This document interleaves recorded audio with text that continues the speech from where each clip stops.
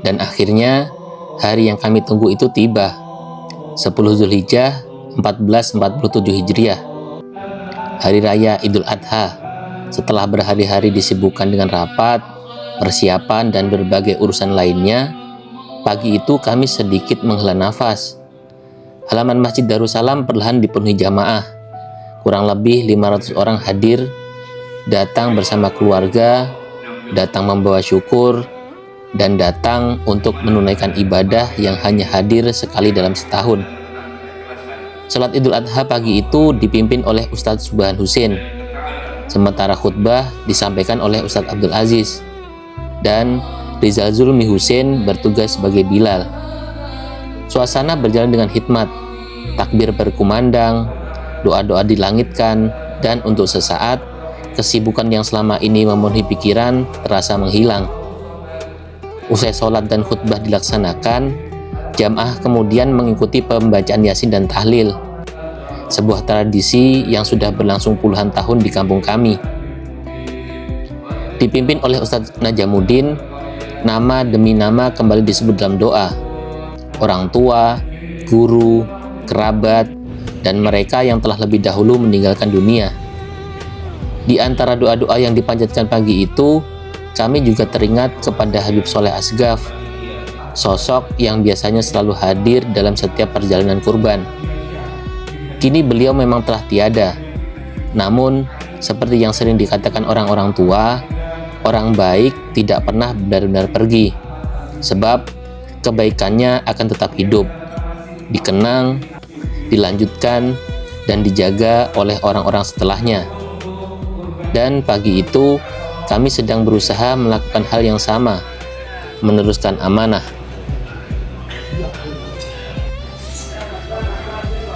Usai rangkaian kegiatan di masjid selesai dilaksanakan, kami sejenak berkumpul menikmati hidangan yang telah disiapkan panitia. Ada sate kambing dan juga ada gulai kambing.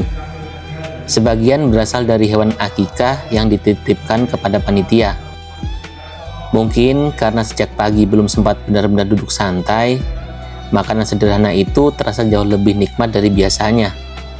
Namun, waktu tidak memberi kami kesempatan untuk berlama-lama, karena amanah berikutnya sudah menunggu. Sebagai juru kamera, saya pun langsung bergegas menuju lokasi penyembelihan hewan kurban. Lokasi yang sejak puluhan tahun terakhir menjadi saksi perjalanan kurban di kampung kami. Sebuah pekarangan yang terletak di Desa Mangunsari, pekarangan milik almarhum Haji Somad. Sosok yang pernah mengikhlaskan tanahnya digunakan untuk kegiatan kurban. Dan hingga hari ini, amanah itu masih terus dijaga. Jika teman-teman sudah menonton bagian pertama, tentu tidak asing lagi dengan tempat ini. Karena dari sinilah sebagian besar cerita kurban kami bermula. Siang itu lokasi masih terlihat lengang. Tenda sudah berdiri, panitia mulai berdatangan, dan beberapa orang sibuk menyiapkan hal-hal terakhir yang diperlukan. Sementara saya menunggu satu hal yang sejak kemarin menjadi pusat perhatian kami semua. Kedatangan hewan-hewan kurban, 14 ekor sapi dan 35 ekor kambing, yang akan menempuh perjalanan dari kandang Pak Tarno menuju Desa Mangunsari, serta beberapa ekor kambing yang datang dari kandang-kandang lain. Membawa amanah dari puluhan orang yang telah mempercayakan kurbannya kepada panitia. Namun, sebelum sapi-sapi itu datang, kambing-kambing kurban lebih dulu memenuhi lokasi penyembelihan. Datang secara bergantian dari berbagai peternak yang selama ini menjadi mitra panitia. Ada yang berasal dari kandang Pak Miswan, Pak Kayubi, Pak Ilham, dan beberapa peternak lainnya. Satu persatu amanah mulai berdatangan, diikat di bawah tenda, didata kembali, dan dipastikan sesuai dengan nama para pengkurban yang telah menitipkan kepercayaannya kepada panitia. Di tengah kesibukan itu, ada satu amanah yang cukup menarik perhatian saya. 4 ekor kambing kurban milik salah satu pengkurban ternyata tidak disembelih di lokasi ini. Beliau meminta agar kambing-kambing tersebut disalurkan ke beberapa yayasan dan pondok pesantren.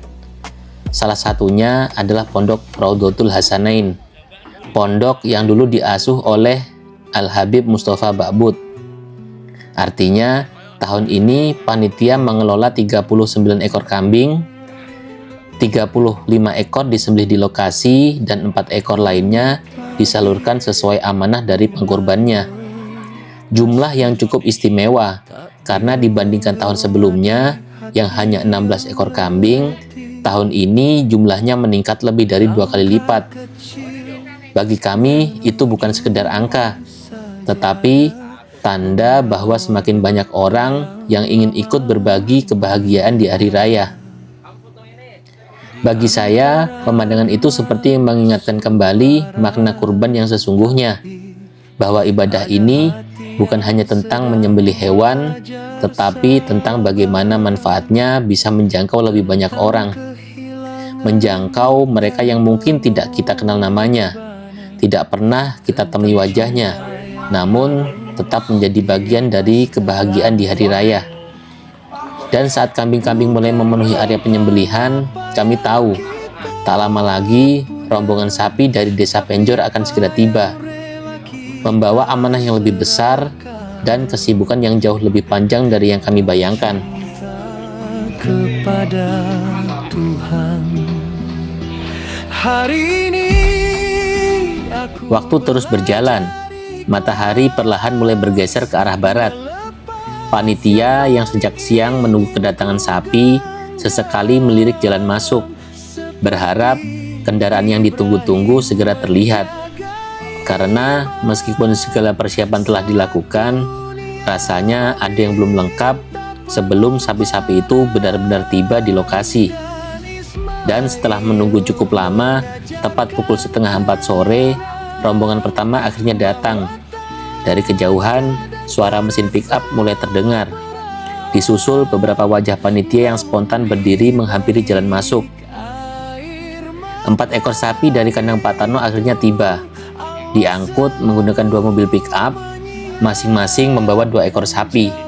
Perlahan, kendaraan memasuki area penyembelihan, membawa amanah dari para pengkurban yang telah menunggu hari ini sejak lama. Begitu kendaraan berhenti, suasana yang sejak tadi terasa santai mendadak berubah. Panitia mulai mengambil posisi, tali-tali mulai disiapkan, dan tenaga-tenaga terbaik kampung kami mulai turun tangan. Karena pekerjaan yang sesungguhnya baru saja dimulai. Begitu kendaraan berhenti, suasana yang sejak tadi terasa santai mendadak berubah. Panitia mulai mengambil posisi, lokasi-lokasi mulai disiapkan, dan tenaga-tenaga terbaik kampung kami mulai turun tangan. Namun rupanya yang menunggu kedatangan sapi sore itu bukan hanya panitia. Di sekitar lokasi, anak-anak kecil mulai berdatangan. Ada yang datang bersama temannya, ada yang masih menggunakan sarung, ada pula yang sibuk mencari tempat terbaik untuk melihat lebih dekat.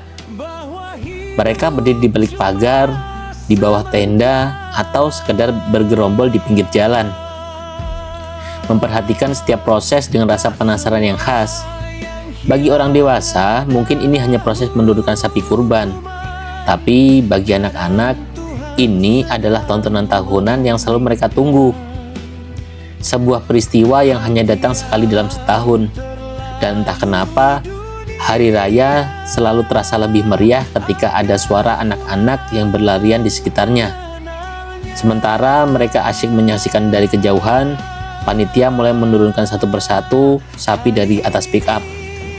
Pekerjaan yang terlihat sederhana namun membutuhkan tenaga, pengalaman, dan kerjasama yang tidak sedikit. Menjelang maghrib, rombongan sapi kloter kedua akhirnya tiba, disusul beberapa kambing yang datang belakangan.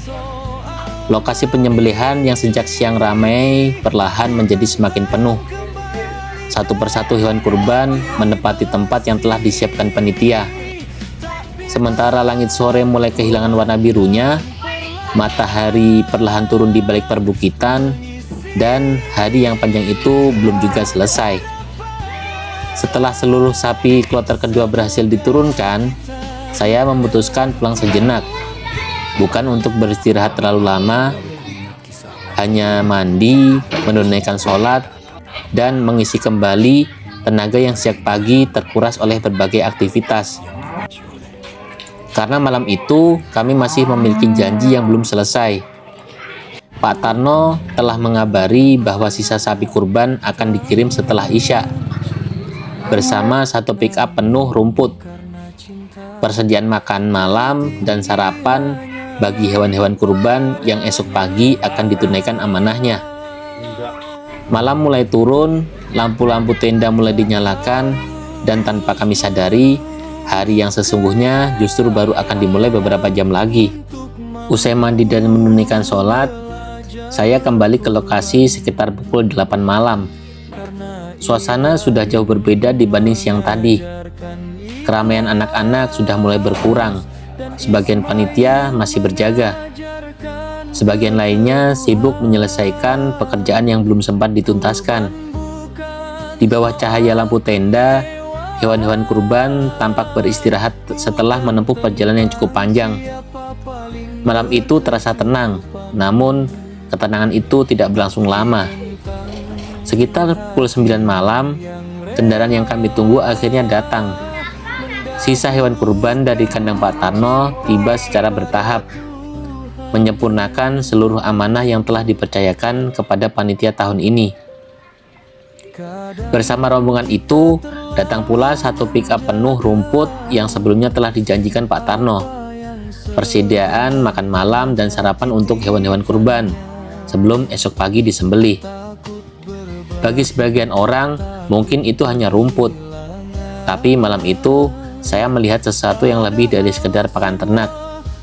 Saya melihat bentuk tanggung jawab, karena amanah tidak hanya dijaga saat hari penyembelihan tiba, tetapi juga dalam hal-hal kecil yang sering luput dari perhatian. Memastikan hewan-hewan itu cukup makan, cukup minum, dan berada dalam kondisi yang baik hingga waktu penyembelihan tiba. Satu persatu sapi kemudian diturunkan, diikat pada tempat yang telah disiapkan. Sementara panitia kembali melakukan pendataan untuk memastikan semuanya sesuai. Dan ketika hewan terakhir akhirnya tiba malam itu, kami tahu seluruh persiapan telah selesai. 14 sapi, 39 kambing ini telah berkumpul di lokasi, menunggu fajar menyingsing, menunggu hari ketika amanah itu benar-benar ditunaikan. Maaf, tadi saya salah sebut. Yang seharusnya 35 ekor kambing. Karena yang 4 ekor kambing sudah dikirim ke Pondok Rodotul Hasanain. Untuk menjadi manusia bermakna. Malam semakin larut, satu persatu pekerjaan mulai selesai. Namun tidak dengan para panitia. Di bawah tenda yang mulai sepi, beberapa orang masih terlihat duduk melingkar di kursi panjang. Persis seperti rapat-rapat yang telah kami jalani beberapa minggu terakhir. Bedanya, malam itu rasa lelah terlihat lebih jelas di wajah masing-masing. Meski begitu, pembahasan belum benar-benar usai. Masih ada persiapan yang harus dimatakan untuk esok pagi. Tentang pembagian tugas, tentang alur penyembelihan, dan tentang berbagai kemungkinan yang harus diantisipasi. Malam itu juga menjadi waktu untuk menyelesaikan satu amanah lainnya, pelunasan pembelian hewan kurban kepada Pak Tarno. Sebuah proses yang mungkin tidak pernah terlihat oleh para penerima daging kurban, namun menjadi bagian penting dari perjalanan panjang ini. Obrolan terus berlanjut, sesekali diselingi tawa, sesekali juga diselingi diam, karena tenaga kami memang sudah tidak sebanyak saat matahari masih bersinar. Tak terasa waktu terus berjalan. Jam menunjukkan tengah malam. Lalu lewat pukul 1 hingga akhirnya kami benar-benar meninggalkan lokasi sekitar pukul 2 dini hari. Mungkin bagi sebagian orang itu terdengar melelahkan, dan memang demikian adanya. Namun di saat yang sama, kami sadar, amanah sebesar ini memang tidak pernah lahir dari kenyamanan. Ia lahir dari orang-orang yang bersedia meluangkan waktunya, mengorbankan tidurnya, dan tetap bertahan ketika yang lain sudah beristirahat. Meski begitu, malam itu lokasi tidak pernah benar-benar kosong. Beberapa panitia tetap berjaga, mendampingi para petugas yang telah ditugaskan untuk menginap, menjaga puluhan hewan kurban yang esok pagi akan menjadi bagian dari kebahagiaan banyak orang. Dan ketika saya meninggalkan lokasi malam itu, jam istirahat kami memang semakin sedikit, tetapi hari pelaksanaan sudah semakin dekat. Hanya tinggal beberapa jam lagi. 7 3,5 Nomor 2 38 Sapi Bahjudin. Sapi Bahelmi nomor 4. Sapi Bahjudin nomor 5. Sapi 6 38. Sapi 7 34. Pak Ucol loh Pak. Sapi 8 3 juta. Sapi 9 31. Sapi 10 36. Sapi 11 Saudara Fendi. 12. Sapi 12 harga campur. Sapi 13 3 juta. Pagi 11 Zulhijjah akhirnya datang. Rasanya baru beberapa jam yang lalu saya meninggalkan lokasi. Selepas rapat dan pelunasan hewan kurban semalam, kami baru benar-benar pulang sekitar pukul 2 dini hari. Bahkan, beberapa panitia memilih tetap berjaga hingga pagi. Saya sendiri baru kembali sekitar pukul 7, sedikit terlambat, dan rupanya sejak pukul 6 para panitia sudah lebih dulu berkumpul. Hal pertama yang saya lihat pagi itu adalah kesibukan. Orang-orang berjalan ke sana kemari. Suara instruksi terdengar dari berbagai arah. Di sudut lain, beberapa pisau mulai diasah. Dari luar, suasananya terlihat semrawut. Tapi semakin lama saya memperhatikan, ternyata semuanya berjalan dengan sendirinya. Seolah setiap orang sudah tahu apa yang harus dikerjakan. Mungkin karena pekerjaan ini sudah mereka lakukan selama bertahun-tahun. Atau mungkin karena amanah sebesar ini memang tidak pernah dikerjakan sendirian.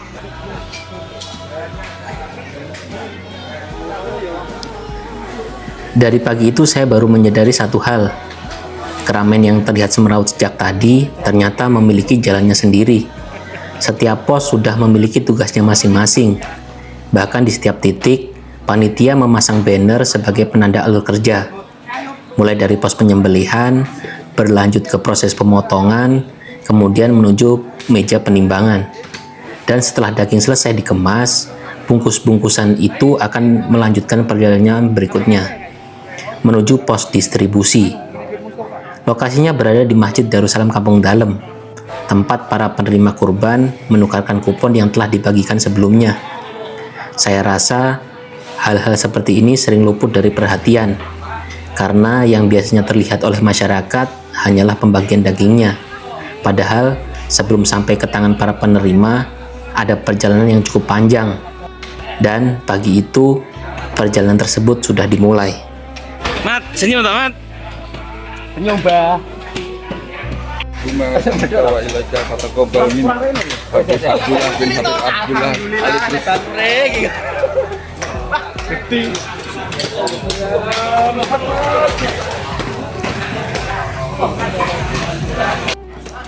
Satu persatu hewan kurban mulai ditunaikan. Baik sapi maupun kambing, semuanya berjalan sesuai nomor urut yang telah disusun sejak malam sebelumnya. Tidak ada yang saling mendahului, karena setiap nomor adalah amanah dari para pengkurban yang telah mempercayakan kurbannya kepada panitia. Di tengah kesibukan itu, para tenaga profesional yang dipekerjakan panitia mulai bekerja. Sebagian besar warga di sini menyebut mereka sebagai tim pemboleng. Orang-orang yang sudah terbiasa menangani proses pengulitan dan pemisahan karkas. Gerakan mereka terlihat tenang, cepat, dan seolah sudah hafal apa yang harus dikerjakan. Sementara para panitia membantu di berbagai sisi. Ada yang menarik tali, ada yang mengangkut daging, ada yang membersihkan peralatan, dan ada pula yang sejak tadi belum sempat duduk. Melihat semuanya bekerja bersama seperti itu, saya jadi teringat satu hal, bahwa kurban ternyata bukan pekerjaan satu orang. ia selalu lahir dari banyak tangan yang saling membantu.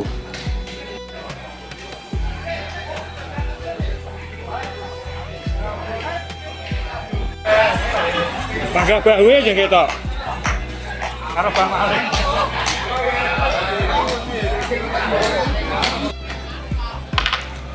Jauh sebelum hari penyembelihan tiba, panitia sebenarnya sudah membahas hal ini di dalam beberapa rapat. Salah satunya adalah menentukan berat setiap paket kurban yang nantinya akan diterima masyarakat. Setelah melalui berbagai pertimbangan, tahun ini panitia menetapkan setiap paket berisi sekitar 550 gram daging, kemudian ditambah sekitar 300 gram bagian lainnya, seperti tulang, hati, paru, atau jantung. Sehingga total yang diterima setiap penerima kurban kurang lebih mencapai 850 gram. Bagi sebagian orang, angka-angka itu mungkin terlihat sederhana. Namun di baliknya ada banyak perhitungan yang harus dilakukan. Karena bagi panitia, kurban bukan hanya soal menyembelih hewan, tetapi juga memastikan amanah tersebut dapat dibagikan secara adil dan merata. Setidaknya, itulah yang selalu diusahakan setiap tahunnya.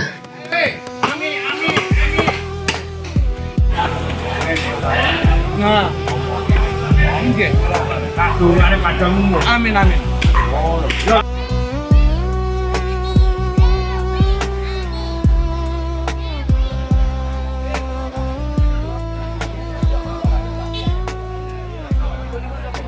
Di tengah kesibukan yang sejak pagi belum juga berhenti, saya melihat satu hal yang mungkin sering luput dari perhatian.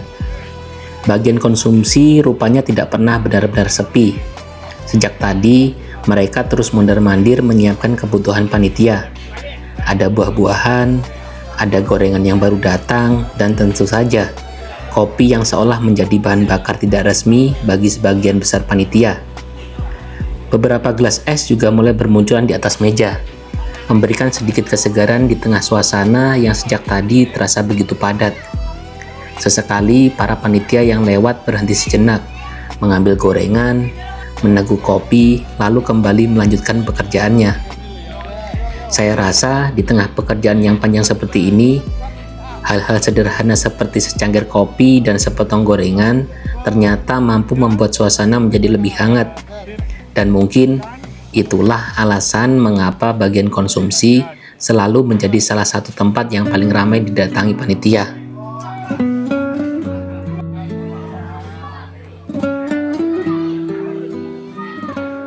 Menjelang tengah hari, saya menyempatkan diri mampir ke dapur umum, tempat di mana makan siang untuk para panitia disiapkan. Dan rupanya, kesibukan di sana tidak kalah padat dibandingkan di lokasi penyembelihan. Ibu-ibu yang bertugas terlihat sibuk dengan pekerjaannya masing-masing. Ada yang memotong bumbu, ada yang mengaduk masakan, dan ada pula yang menyiapkan piring. Tak luput ada pula yang sejak tadi mondar-mandir memastikan semuanya cukup untuk ratusan panitia. Suara obrolan mereka bercampur dengan bunyi peralatan dapur yang sejak pagi belum berhenti bekerja. Suasananya terasa akrab, hangat, dan entah mengapa, melihat dapur umum seperti ini selalu mengingatkan saya bahwa sebuah acara besar tidak pernah berdiri hanya karena orang-orang yang terlihat di depan. Selalu ada banyak tangan yang bekerja di belakang layar. Dan hari itu, salah satunya adalah para ibu-ibu yang sejak pagi ikut menjaga agar tidak ada panitia yang bekerja dengan perut kosong. Lanjut, tetap lanjut. Mudah-mudahan sehat. Tahun depan bisa masak lagi. Oleh dagingnya podo tapi. Tapi kuduran apa, Beb? Pakai. Wes, Maum, kata-kata hari ini Maum. yo, apa? Sehat selalu, Rajo. Ada no. Kata-kata hari ini. Piye? Ulun kon muni piye ndak iso. Tahun depan lagi. Insya Allah lanjut.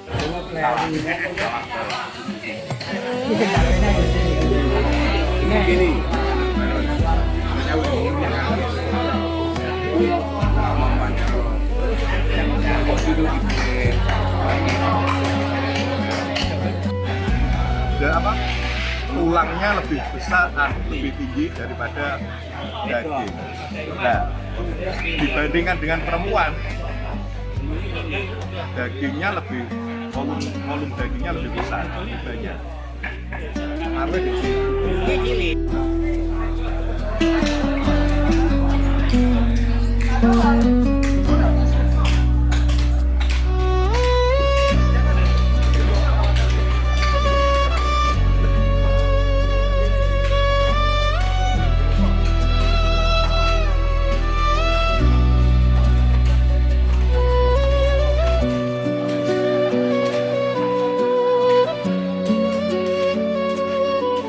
Tak terasa matahari sudah berada tepat di atas kepala. Dan ketika azan zuhur mulai berkumandang, saya meninggalkan lokasi penyembelihan untuk sementara waktu, menuju Masjid Darussalam Kampung Dalem, tempat yang sejak tadi menjadi tujuan akhir dari perjalanan panjang paket-paket kurban tersebut, sekaligus tempat kami menunaikan sholat zuhur bersama. Suasana di masjid saat itu masih terlihat tenang, namun beberapa panitia sudah mulai bersiap, karena sebentar lagi kesibukan berikutnya akan dimulai. Jika sejak pagi kami disibukkan dengan proses penyembelihan dan pengemasan, maka selepas zuhur, amanah itu akan melanjutkan perjalanannya menuju tangan-tangan orang yang telah menunggu. Dan sesuai jadwal yang telah disepakati sebelumnya, pembagian paket kurban akan dimulai pukul 1 siang.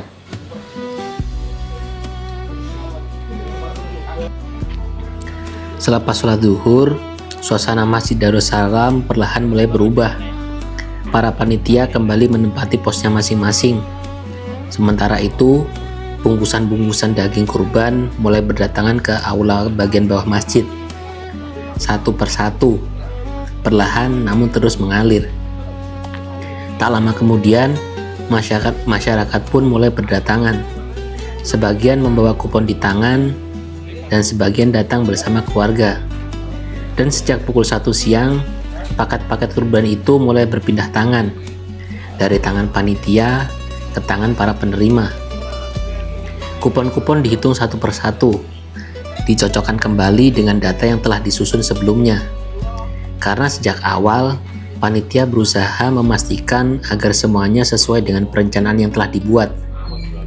Melihat bungkusan-bungkusan itu akhirnya sampai kepada para penerima, saya seperti melihat perjalanan panjang yang sejak beberapa bulan lalu kami persiapkan. Akhirnya tiba di tujuan, dan mungkin inilah bagian yang paling ditunggu dari seluruh proses kurban. Bukan ketika hewan disembelih, melainkan ketika manfaatnya mulai dirasakan oleh banyak orang.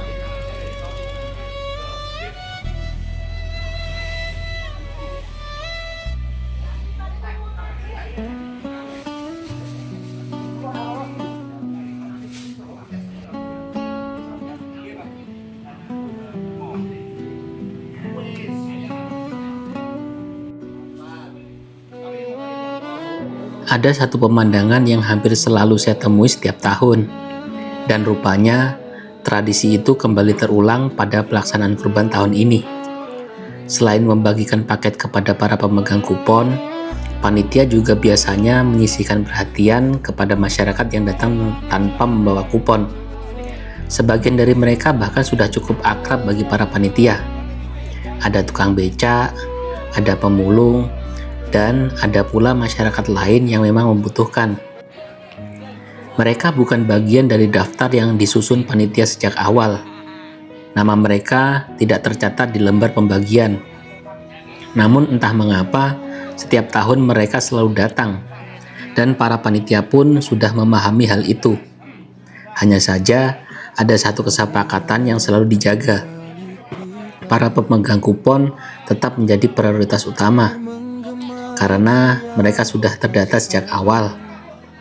Maka panitia biasanya menunggu hingga sebagian besar kupon telah ditukarkan. Barulah setelah itu, apabila masih ada sisa, paket-paket tersebut akan dibagikan kepada mereka dengan jumlah yang sama tanpa dibedakan. Dan apabila ternyata tidak tersisa, panitia akan menjelaskan dengan baik bahwa seluruh paket kurban telah habis dibagikan. Saya tidak tahu sejak kapan kebiasaan ini dimulai, tetapi setidaknya pemandangan seperti ini selalu mengingatkan saya bahwa terkadang ada orang-orang yang tidak tercatat di dalam daftar, namun tetap memiliki harapan untuk pulang membawa sedikit kebahagiaan di hari raya. Bukti takwa kepadanya dengan harta waktu. Menjelang sore hari, satu persatu kupon akhirnya telah ditukarkan. Bungkusan daging kurban pun habis dibagikan. Dan perlahan, keramaian yang sejak siang memenuhi Masjid Darussalam mulai kembali tenang. Para panitia pulang dengan wajah lelah. Namun saya rasa ada satu perasaan yang sama yang kami bawa pulang hari itu, yaitu rasa syukur. Karena amal yang telah dititipkan kepada kami, alhamdulillah dapat diselesaikan dengan baik. Namun bagi saya, hari itu rupanya belum benar-benar selesai. Karena ketika sebagian besar panitia sudah kembali ke rumah masing-masing, malam harinya saya kembali mendatangi lokasi penyembelihan. Bukan untuk bekerja, melainkan untuk mengabadikan proses pembersihan yang masih berlangsung. Sebab saya percaya setiap peristiwa sekecil apapun layak untuk dikenang. Dan mungkin beberapa tahun dari sekarang, dokumentasi sederhana ini akan menjadi jejak sejarah tentang orang-orang yang pernah hadir, tentang amanah yang pernah dijaga bersama, tentang mereka yang telah mengorbankan waktu, tenaga, dan pikirannya demi sebuah kebaikan. Saya tidak tahu siapa saja yang akan kembali dipertemukan pada Idul Adha berikutnya. Tapi satu yang saya harapkan, semoga Allah masih memberi kita umur panjang agar kita bisa kembali bertemu, kembali berkumpul, dan kembali merasakan hangatnya hari raya seperti tahun ini. Saya Husin Al-Hinduan, insya Allah kita bertemu lagi di Idul Adha tahun depan.